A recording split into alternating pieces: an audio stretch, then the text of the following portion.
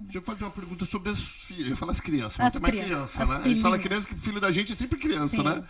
Os filhos. Tá, nesses 4 anos, o Aham. que cada um tá fazendo? Ótimo. E aí? Bom, a Luísa, que é a caçula, ela focou, porque assim, vou falar um pouquinho da minha leitura como comportamento humano e o que o ser humano busca. Todos nós queremos ser reconhecidos, validados e nos sentir seguros. E nisso, nós como imigrante, a gente passa por eu falo que nesse primeiro momento, a gente passa uma crise de identidade. Quanto mais velho nós somos, maior a crise. Verdade. Porque mais raiz. Eu faço uma analogia com uma muda. Quando você pega uma árvorezinha pequenininha e muda ela pequenininha, é muito mais fácil dela se adaptar naquele novo terreno e ficar frondosa, linda, maravilhosa. Ela não deixa de ser o que ela é.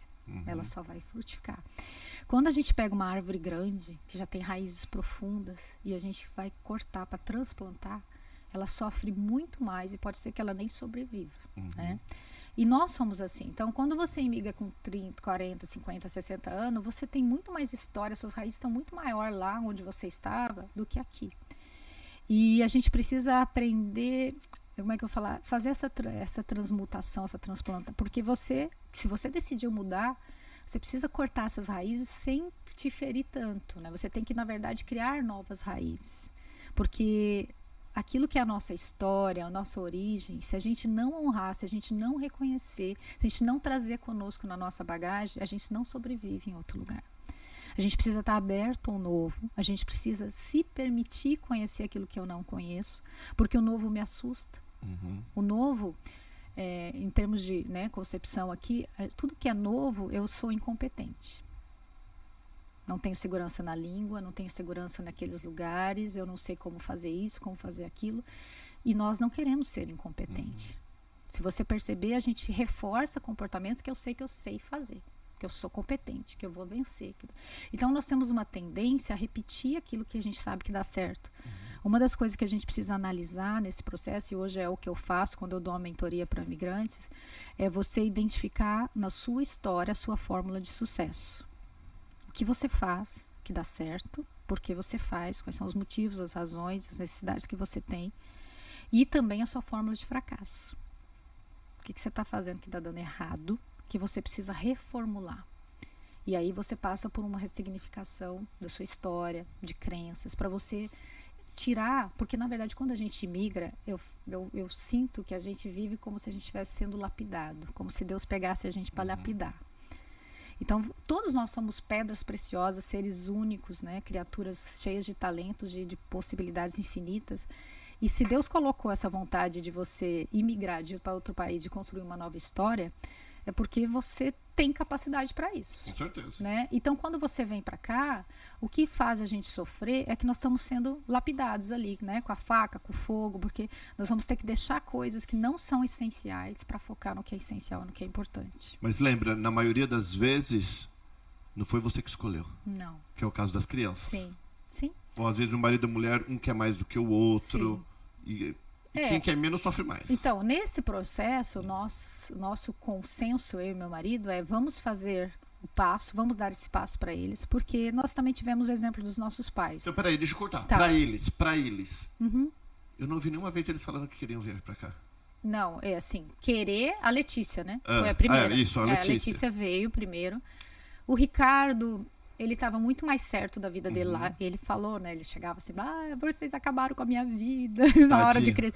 Porque eu tinha certeza que eu queria ser médico. Ele tá com 22? 25 agora. 25 agora. Que eu queria ser médico, eu queria trabalhar com meu pai, já tinha clínica ali, tava toda tá minha vida resolvida. resolvida. Minha namorada, ia casar com ela, ia ter filhos. Agora não tem mais namorada, não sei, enfim. Mas ele passou uma crise nesses 6 meses que ele ficou aqui, que não tinha terminado a faculdade. E ele ficou meio ruimzinho. Até que ele. Só que assim, a gente sempre falou. Olha o que você tem, não o que você não tem. Foca no que você tem, exatamente. E nós falávamos assim, você tem 2 mundos para escolher. Você pode, se você quer continuar lá no Brasil sendo médico, beleza, continua. Ninguém tá te obrigando a vir. Né? Você é médico lá, você tem as suas possibilidades lá e acabou. Só que agora você tem um green card e você tem uma possibilidade de viver nos Estados Unidos e construir sua carreira aqui. Muita gente queria ter o que você tem nessa idade. Com certeza. Se você não quiser, a escolha é sua. Tudo a gente bem. nunca forçou nada, sabe? Só que dentro dele, esse processo, imagina, pesava aqui, pesava ali, era um Aí, ok, ele terminou a faculdade, foi muito bom, amadureceu.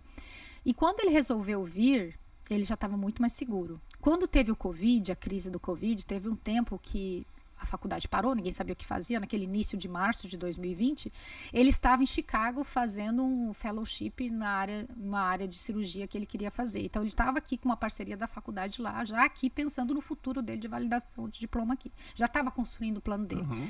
E quando ele viveu esse tempo dentro desse hospital aqui, ele viu um pouco mais da realidade da medicina aqui.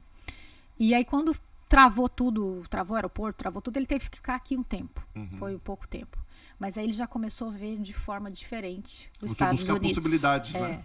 Então, quando ele formou, ele quis adiantar, né, a formatura, que ele teve a possibilidade, e ele tinha, e agora? Eu estudo para residência, vou fazer a residência e continuo minha carreira no Brasil, ou eu vou para os Estados Unidos estudar para validar o diploma?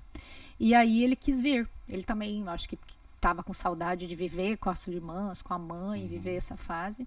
Antes da faculdade, ele queria fazer intercâmbio. Mas aí nós somos sempre muito de conversar. Filho, você quer fazer medicina ou você quer fazer intercâmbio? Porque se você for fazer intercâmbio, você não vai passar para medicina, vai demorar mais. Então, faz medicina e depois você vai, vive lá quantos anos você quiser fora do país, etc. Então, ele veio meio que tipo, tá bom, vou fazer essa experiência agora. Mas desde que ele veio, quando ele chegou no primeiro momento, ele passou mais uma vez. E agora? Vou estudar, não sei quando que vai ter a prova, não sei quando que eu vou passar. Já formado, mas para validar o diploma aqui. Então, veio o conflito, porque validar o diploma, eu acho que muitos médicos te assistam, sabe que não é um processo fácil, não é mentira, não é fácil, mas é possível. Eu tenho uma cliente minha que fez o treinamento comigo da Maratona de Salto Alto, que é a doutora Simone, que mandou para mim essa semana, que ela entrou na residência aqui, validou o diploma. Ela é mãe de 2 crianças, ela teve 2 crianças aqui. Então, nesse tempo, ela foi mãe, né, de 2 bebezinhas, conseguiu estudar e passou por todas as provas e hoje está fazendo residência médica aqui e vai ser uma grande médica aqui conosco. Então, legal. É possível, né? É possível. E aí, nesse tempo, eu falei, filho, você tem uma coisa que ninguém tira. Eu vejo você falar, eu concordo absolutamente. Nós, brasileiros, temos que parar com essa história. Você era isso lá no Brasil. Conhecimento ninguém tira de você.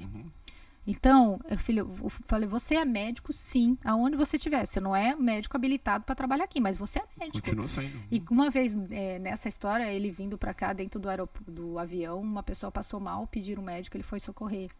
E aí, aquilo para mim foi a resposta de Deus, porque ele viu que ele é médico, sim, e que a missão dele vai ser cumprida aonde Deus permitir, né? Enfim, aí eu falei para ele, filho, por que você não aproveita que nós estamos nessa história da pandemia, muita coisa online, procura alguma coisa que você gosta de estudar e faz um curso online. Não interessa se é aqui, se é no Brasil, se vai valer, se não vai, conhecimento é conhecimento. Claro. Aí ele acabou escutando e procurou 2 cursos na área. Ele está fazendo 2 pós na USP, na área de nutrologia do esporte, medicina do esporte. Então é algo que ele gosta, então ele está estudando, está trabalhando. Então ele está trabalhando aqui, ele também conseguiu um emprego na área médica, que não é como médico, mas é nos bastidores. Então, eles contratam médicos que não validaram o diploma para fazer tipo uma auditoria nos processos médicos. Então, ele está trabalhando, ele está recebendo em dólar, está aprendendo e está feliz. Já se adaptou, já fez amigos. E a namorada? Ainda não tem. Ainda não tem. Tá disponível, gente. E a do meio, que você não falou? Não, do meio a Letícia é a do meio. E a caçula? A caçula é a Luísa. O que a Luísa tá aprontando? A Luísa foi, assim, surpreendente a jornada dela também. Extremamente determinada. Então, assim, ela focou numa área e acabou prejudicando o lado físico dela, né? Por conta do emocional e tudo. Mas ela chegou aqui no 7º ano, que é a middle school.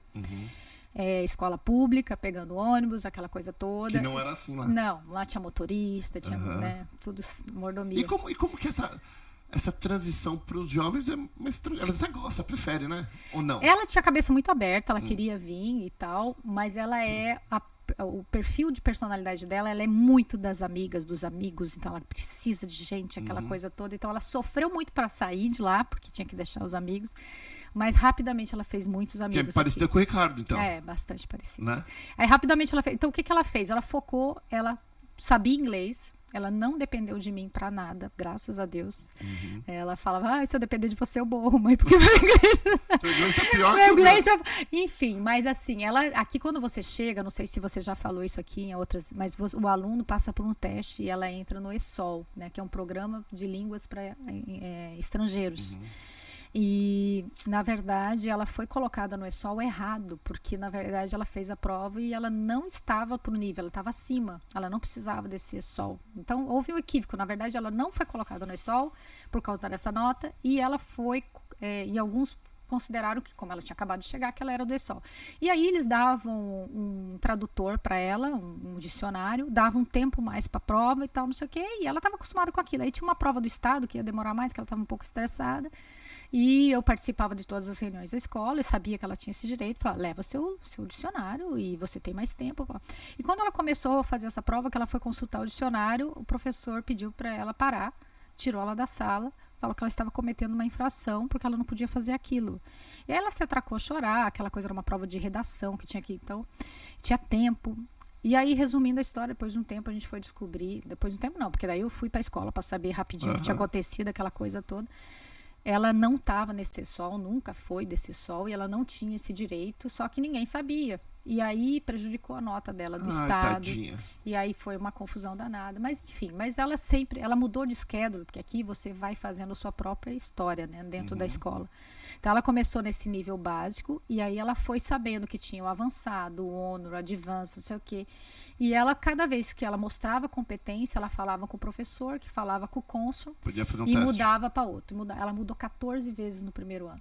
Uau, que bacana. Agora ela está no segundo ano do high school, ela já conseguiu fazer o dual enrollment, ela está entrando na faculdade, no college do Valência, 2 anos. Junto com a high school é ótimo, você não paga. Exatamente, ela vai terminar o high school já adiantando 2 2 anos da faculdade. Ela quer fazer psicologia são 4 anos, então ela já vai terminar com 2 anos. E os 2 anos são iguais para todo mundo, independente do que e aí ela faz. pode entrar em qualquer faculdade. E a outra coisa que é importante para quem escuta, aqui tem muitos programas, tanto de scholarship como oportunidade para os alunos. Ela está num programa que chama Brilliant Future, acho que é isso, Futuro Brilhante, não sei direito o nome em inglês, que é do governo estadual da Flórida, e que os alunos que têm essa média, essa história né, que estão sempre avançando e notas boas de PA bom, ela tem a possibilidade de fazer qualquer universidade na Flórida 100% gratuita. Uau, que top, né?